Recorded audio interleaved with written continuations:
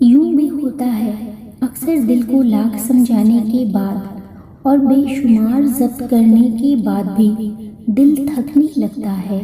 یوں محسوس ہوتا ہے اب کوئی راستہ باقی نہیں رہا، جیسے سب ختم ہو گیا، جیسے اب کچھ بھی بدل نہیں سکتا۔ شاید اب ہم تکلیف کی اس آخری حد پر ہوتے ہیں جہاں یا تو معجزوں کی شدت سے طلب ہوتی ہے یا آخری سانس کے ٹوٹ جانے کا ڈر ہوتا ہے۔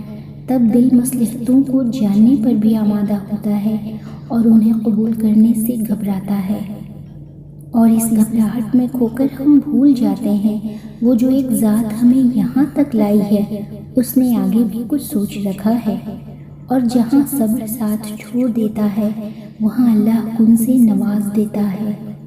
وہ ماضی دیکھ کر نہیں، نیت دیکھ کر عطا کرتا ہے۔ وہ نہیں کہتا کہ اب دوبارہ سے کیوں آئے ہو، وہ تو کہتا ہے اب آ ہی گئے ہو تو میرے پاس بیٹھ جاؤ۔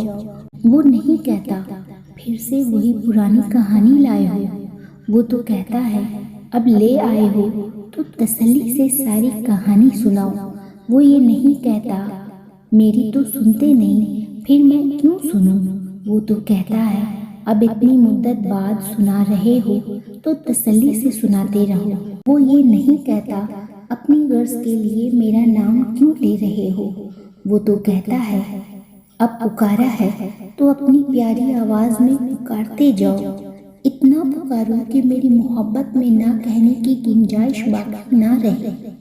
بس پھر وہ مان جاتا ہے، پھر وقت کیا، موسم کیا، حالات کیا، نصیب کیا، دنیا کیا، سارا جہان بدلتا ہے۔